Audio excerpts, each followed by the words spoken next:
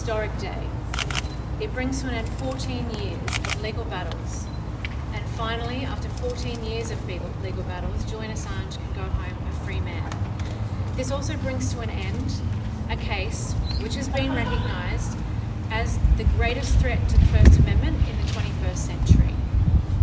So it is a huge relief to Julian Assange, to his family, to his friends, to his supporters, and to us, and to everyone who believes in free speech around the world, that he can now return home to Australia and be reunited with his family. WikiLeaks founder Julian Assange has pleaded guilty in a US court under a deal allowing him to walk free following a 14-year legal battle. This follows his guilty plea to violating US espionage law in a deal allowing him to return to Australia. During a 3-hour hearing, Assange pleaded guilty to 1 count of conspiring to obtain and disclose classified US national defense documents.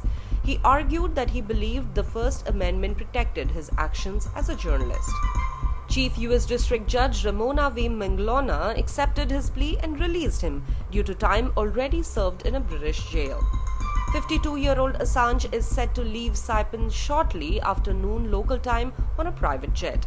He was accompanied by Australia's ambassadors to the US and the UK.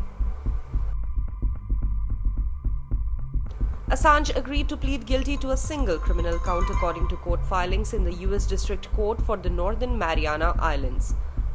The location was chosen due to his opposition to travelling to the mainland US and its proximity to Australia. Dozens of media outlets from around the world attended the hearing, with many gathered outside. Media were not allowed to film inside the courtroom.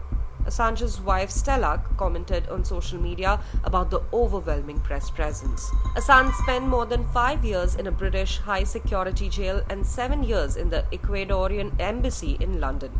He was fighting accusations of sex crimes in Sweden and battling extradition to the United States, where he faced 18 criminal charges.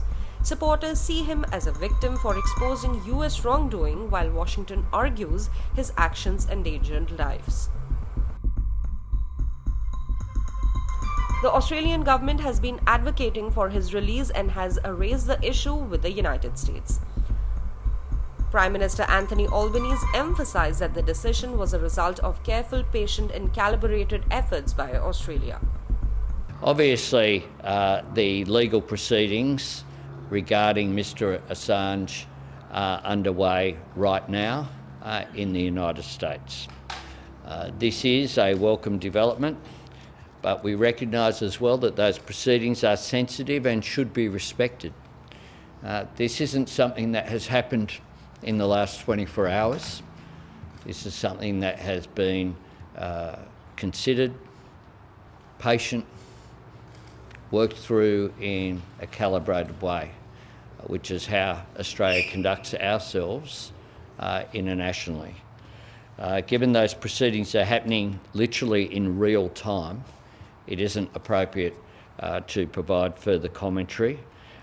We have engaged and advocated Australia's interests using all appropriate channels to support a positive outcome.